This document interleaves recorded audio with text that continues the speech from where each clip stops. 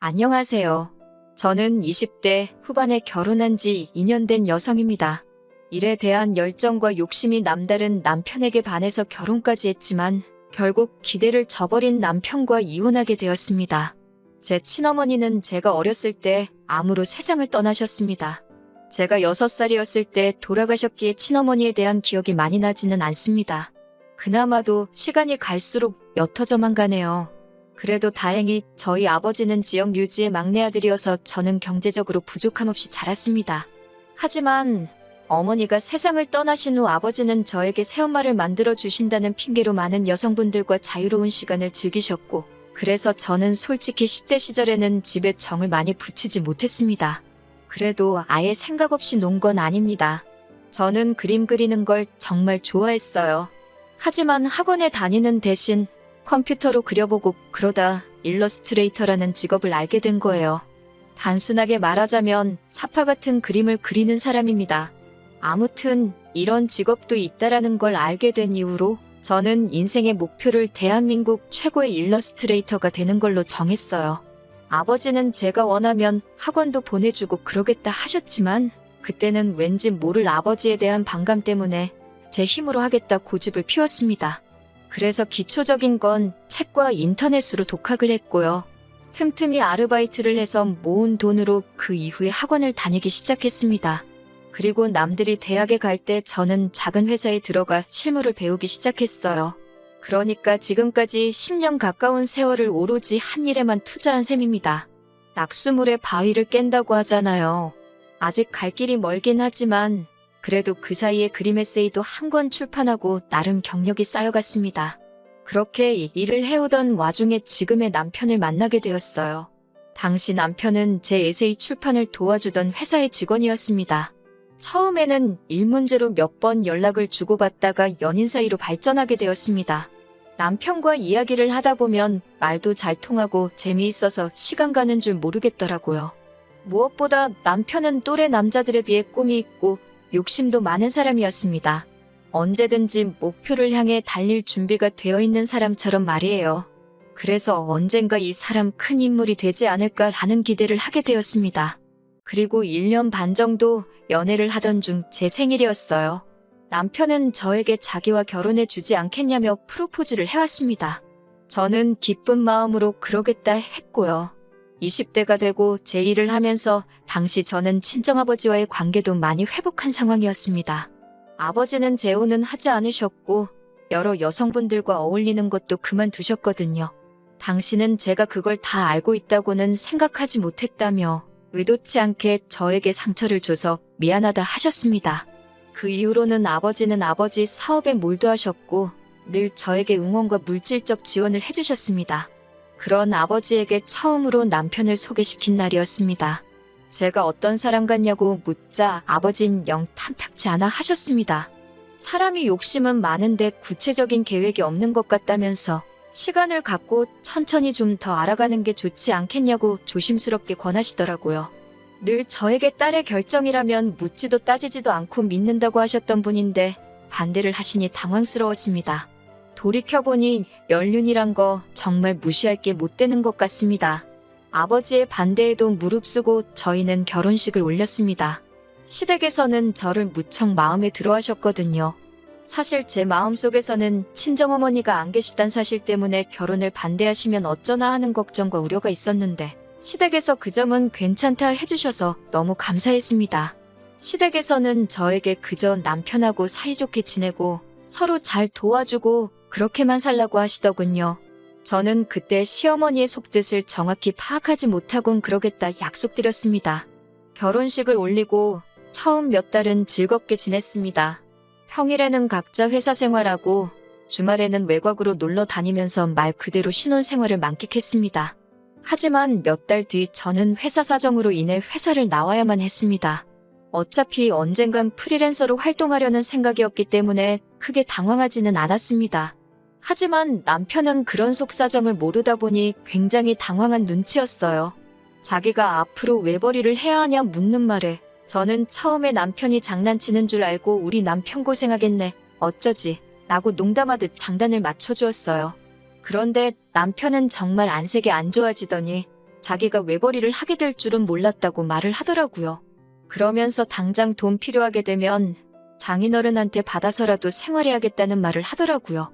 곧 죽어도 자기를 믿어달라는 말보다 외벌이를 하게 된 게 낭패라는 듯이 말하니 살짝 빈정이 상했습니다. 이대로 대화를 계속하다간 상황이 악화되고 둘 다 기분이 나빠질 수 있겠다 싶었습니다. 그래서 걱정하지 말라고, 모아놓은 돈도 있고 바로 수입이 끊어질 것도 아니라고요. 그러자 안심했다는 듯 숨을 내쉬고는 자기는 아무리 결혼한 사이여도 한쪽이 다른 한쪽에 기대는 건 매너가 아닌 것 같다고 하더라고요. 그러면서 남편은 각자 꿈을 위해 응원을 해주는 건 당연하지만 희생은 하지 말자고 선을 그었습니다. 왠지 모르게 서운한 마음이 들었지만 틀린 말은 아니었기에 알겠다고 했어요. 그 이후로 제 프리랜서 생활은 기대 이상으로 잘 되어갔습니다. 그래도 살면서 그동안 주변과 좋은 인간관계를 맺어온 덕분인지 아름아름 일감이 계속해서 들어오더라고요. 프리랜서 생활을 1년 이상 이어지면서 이런저런 수입을 다 합치니 회사를 다닐 때보다 3배 가까이 벌게 되었더라고요. 그동안에는 사실 언제든 이 일들이 끊어질지도 모른다는 불안감에 남편에게 정확히 제가 얼마 벌고 있는지 말한 적이 없어요. 하지만 이 정도 되니까 어느 정도는 안정적인 수입이라는 자신이 생기더라고요.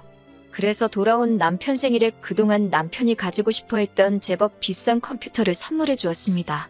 그러자 남편은 이거 비싼데 너무 고맙다며 무리한 거 아니냐고 걱정을 하더라고요. 그래서 제가 사실 이렇게 되어서 나 이 정도 벌고 있어라고 소식을 알렸어요.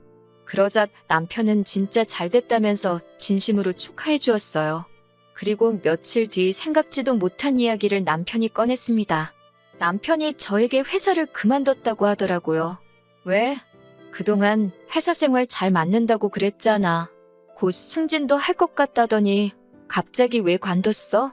라고 물었어요. 아니, 뭐 자기도 잘 벌고 이제 나도 내 꿈을 찾아보려고 그러는 거예요. 그래서 자기 꿈이 뭐냐 물어보니 이제는 자기가 사장인 사업을 해보고 싶다며 게임방을 이야기하더라고요. 그래서 제가 게임방 옛날부터 있던 거지 않냐고, 그게 당신이 생각한 사업 아이템이냐고 물었습니다. 그러자 남편은 나 같은 사람이 남들 하는 대로 똑같이 하겠냐고, 자기가 건드리면 분명 남들과는 달라서 금방 대박이 날 거라고 하더라고요. 뭐 저렇게 자신 있는 모습을 보이기도 하고, 그래서 사업 자금이나 좀 더 구체적인 계획에 대해서 어떻게 할 건지 물어봤어요. 그러니 남편은 계획은 이제 세우기 시작해야지 않겠냐며 저보고 도와줄 거지? 하면서 물어보더라고요. 제가 도와줄 수 있는 선에서는 다 도와주겠는데 구체적인 계획은 자기가 세워야겠지 않냐 물어보니 대뜸 저한테 일단 사업도 돈이 있어야 시작하는 거니 저더러 3억 정도 모아놓은 돈이 있냐고 물어보더라고요. 생활비를 각자 부담하고 통장은 따로 관리하기는 했는데 3억이라는 금액이 그렇게 쉽게 모이는 돈이 아니란 걸 알고 있을 텐데도 저한테 그런 큰 돈이 있냐고 물어보니 조금 당황스러웠습니다. 그런 큰 돈이 왜 필요하냐 물었더니 돈이 있어야지 사업을 시작하지 않겠냐고 물어보더라고요.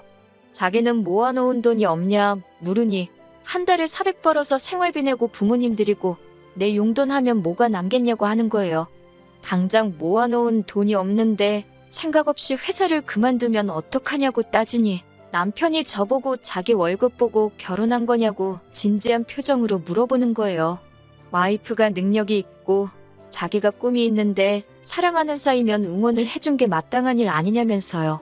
어이가 없어서 무슨 자기가 재벌집 아들도 아니고 내가 네 돈을 보고 결혼했겠냐고 말 조심하라고 한마디 했어요.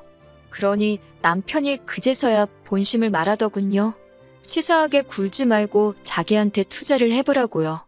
계획도 없고 아이템도 기존에 있는 사업에 뭘 믿고 제가 투자를 하겠어요? 그래서 저는 투자할 생각이 없다고 말했습니다. 그리고 이틀 뒤 친정아버지에게서 전화를 받았습니다. 제가 전화를 받기가 무섭게 친정아버지는 저더러 당장 이혼하라고 그러셨어요.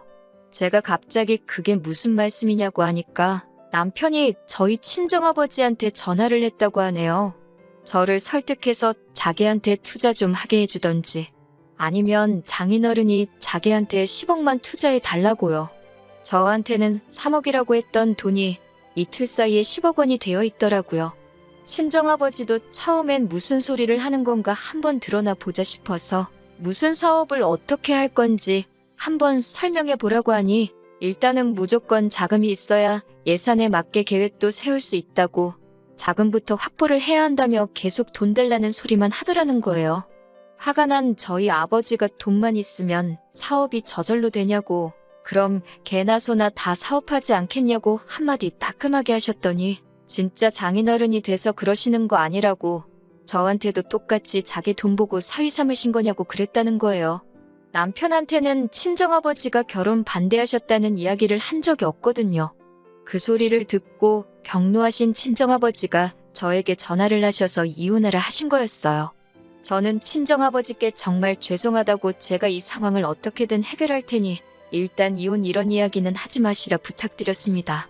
숨도 제대로 못 쉴 만큼 이 상황이 답답하고 화가 나는데 얼마 지나지 않아 시어머니한테도 전화가 걸려오더라고요. 저는 이제 무슨 소리를 하실지 어느 정도 예상이 되었기에 피할까 생각하다 그냥 받아봤습니다. 시어머니는 대뜸 저에게 내가 너희 결혼할 때 많은 걸 바라디? 라고 말문을 여셨습니다. 그래서 제가 그게 무슨 말씀이시냐 하니 서로 사이좋게 지내고 잘 도와주라고 했어 안 했어? 그러시더군요. 이어서 너는 남편이 남자로서 도전을 해보겠다는데 그깟 돈 몇 푼 쥐고 있다고 남편 길을 꺾냐고 화를 내셨습니다. 제가 그게 아니라고 상황을 설명드리려고 했지만 시어머니는 무조건 입 다물라고 어디 어른이 이야기하는데 가르치려 드냐면서 너는 친정어머니가 없어서 아내가 남편을 어떻게 섬기는지 못 보고 자라서 이 모양인가 보다고 아예 이참에 그 집도 팔고 시댁으로 들어와서 살라 하시더군요. 시댁에서 살면서 정상적인 부부가 어떻게 서로를 돕고 사는지 배워야겠다면서요. 저는 더 들을 이야기도 드릴 말씀도 없는 것 같다고 일단 전화를 끊었습니다. 그리고 그날 저녁 남편이 집에 들어왔어요. 들어오는 남편을 보고 본체만체 하자 남편이 오늘 장인어른하고 통화 안 했어? 라고 물으며 제 눈치를 살피더라고요. 그래서 통화했다고 아버지가 당신하고 헤어지려고 했다 그랬습니다. 그러자 남편은 아버님은 다 큰 자식한테 왜 이래라 저래라 그러신대라며 혀를 차더라고요. 그래서 제가 어디 감히 우리 아빠 얘기를 하는데 니깎게 혀를 차냐고 제가 소리를 질렀습니다. 그러자 남편이 흠칫 놀라더니 너 말을 그따위로밖에 못하냐 이러는 거예요. 그래서 우리 아빠만 전화했는 줄 알냐고 시어머니도 전화해서 막말을 하시더라고 말해줬어요. 남편은 그거야 시어머니가 며느리한테 한마디 할 수도 있지. 뭐가 그렇게 화가 날 일이냐고 혹시 돌아가신 장모님 얘기해서 그러는 거냐고 그러더군요. 그래서 제가 그건 어떻게 알았냐고 하니까 아차 싶은 표정으로 절 잠깐 보더니 낮에 시댁에 갔었다고 그리고 자기가 통화할 때 바로 옆에 있었다고 털어놓더라고요. 제가 어이가 없어서 그럼 옆에서 그 막말을 다 듣고만 있었다는 거냐 물으니 남편은 엄마가 아예 틀린 말을 한 것도 아니지 않냐면서 솔직히 남편이 힘들면 아내가 도와줄 수 있는 거 아니냐고 그래요. 옛날엔 머리카락도 팔았다던데라면서요. 그래서 제가 네가 지금 힘든 거냐고 말도 안 되는 사업을 하겠다며 상의도 안 하고 회사를 때려쳐놓고선 이제 와서 뭐가 어쩌고 저쨌냐고 더 말할 것도 없겠다고 제가 먼저 이혼하자고 했습니다. 나는 너가 욕심이 이런 식으로 많은 줄은 몰랐다고요. 그러자 남편이 이혼은 무슨 이혼이냐고 제가 억지 부린다는 듯이 말을 하더군요. 우리 어차피 혼인신고도 안 되어 있는데 무슨 이혼이냐고 그냥 헤어지는 거라고 그랬습니다. 사실 혼인신고를 하려던 무렵에 제가 프리랜서 생활을 시작했거든요. 그때 저는 혼인신고는 언제 하냐고 몇 번 물었었는데 남편은 제부터 일단 자리 잡으면 하자고 해서 혼인신고가 안 되어 있던 거예요. 외벌이하기 싫어서 꼼수를 부린 것 같은데 그게 오히려 지 발등을 찍은 거예요. 제가 서류 정리할 것도 없고 깔끔하지 않냐고 그냥 당신만 나가면 될 것 같다고 그랬습니다. 이 집은 어차피 반반해서 들어온 전세니까 원하면 전세금의 절반은 지금이라도 친정아버지께 말씀드려서 빼주겠다고 했어요. 그제서야 남편도 자기가 큰 실수를 했다는 걸 깨달았는지 왜 그러냐고 알겠다고 자기가 제대로 된 사업계획서를 작성해오겠다며 저더러 너무 극단적이라고 투덜거리더군요. 당신이 그렇게 계획적이지 못한 것보다 나랑 제대로 해결도 하기 전에 양가 어른들한테 다 떠들고 다니면서 상황을 이렇게 크게 만든 게 더 이해가 안 되고 용서가 안 된다고 했습니다. 남편은 이 집에선 절대 자긴 못 나간다고 하길래 그럼 내가 나간다 하고 짐 챙겨 나왔어요. 어차피 전세집이라 가구가 전도 저렴하게 대충 채워넣었던 거라서 미련도 없고요. 전세 계약자도 저라서 남편이 버텨도 자기 혼자선 할 수 있는 게 없었거든요. 남편은 어떻게 친정아버지 돈 가지고 편하게 살아보려고 한 것 같은데 그걸 믿고 힘들게 들어간 회사마저 그만둬버렸으니 이도저도 아닌 상황이 돼버린 거예요. 뒤늦게 저한테 사과를 해도 기차는 이미 떠나버린 상황이었던 거예요. 그리고 지금 저는 서울에 작은 오피스텔을 구해서 고양이 2마리와 함께 계속 프리랜서 생활을 이어가고 있습니다. 30이면 제 경력도 어느덧 10년이 되기에 그 시기에 맞춰 또 한 번 그림 에세이를 출판하려고 준비 중이고요. 진작에 친정아버지의 말씀을 귀담아 들었다면 좋았을 텐데 죄송한 마음입니다. 그래도 지금이라도 다시 제자리로 돌아올 수 있었다는 사실에 감사할 뿐이에요. 언젠가 기회가 되면 제가 만든 작품들을 소개해드리고 싶네요. 들어주셔서 감사합니다.